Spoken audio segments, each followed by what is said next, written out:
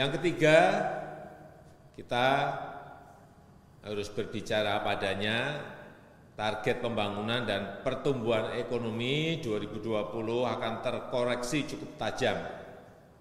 Tapi ini juga bukan hanya terjadi di negara kita, tapi di negara-negara juga sama, mengalami hal yang sama, hampir semua negara di dunia. Dan berbagai lembaga internasional, baik IMF, Bank Dunia, dan lain-lain, sudah memprediksi ekonomi global 2020 akan memasuki periode resesi.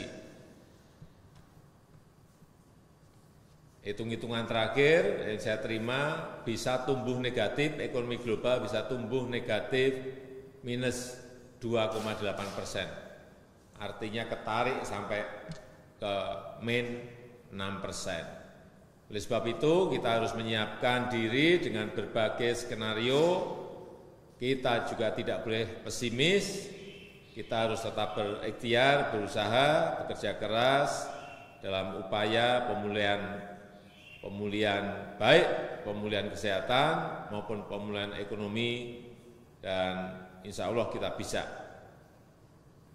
Yang ketiga, kita harus berbicara padanya, target pembangunan dan pertumbuhan ekonomi 2020 akan terkoreksi cukup tajam. Tapi ini juga bukan hanya terjadi di negara kita, tapi di negara-negara juga sama, mengalami hal yang sama, hampir semua negara di dunia. Dan berbagai lembaga internasional, baik IMF, Bank Dunia, dan lain-lain, sudah memprediksi ekonomi global 2020 akan memasuki periode resesi. Hitung-hitungan terakhir yang saya terima bisa tumbuh negatif, ekonomi global bisa tumbuh negatif minus 2,8%. Artinya ketarik sampai ke min 6%. Oleh sebab itu kita harus menyiapkan diri dengan berbagai skenario.